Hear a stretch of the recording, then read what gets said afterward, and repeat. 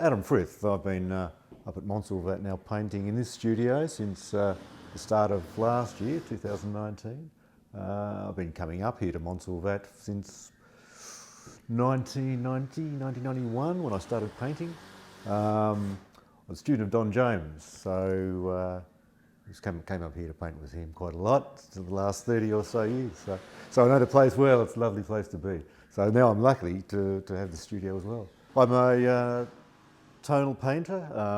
It's all I've ever painted. It's all I've known. It's all I've ever wanted to do. So I began in that style in, as I say, about 1991.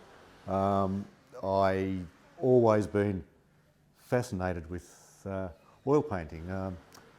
I think I started as a child. I was introduced to it through a friend of my old grandmother's many years ago as a kid. And this lady, Amy Mann, her name was, and she'd been a student at the National Gallery School in the 1890s. So she was a contemporary of Max Meldrum and Hugh Ramsay and Dora Meeson and all these names that just fascinated me. I think it's the old, that sort of the earthy, rustic feel of it was the appeal. I painted at Alan Martin's studio in Eltham when I started, and that took me back to that feel of all these old timbers and old.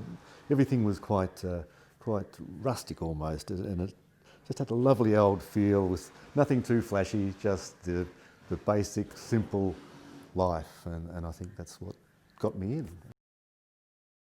Lovely spot, and when I'm painting up here and people come up the stairs from the public who've been visiting the grounds, and they wander up here and they look at this room, and it's just, no, everyone says the same thing. It's an unbelievable spot.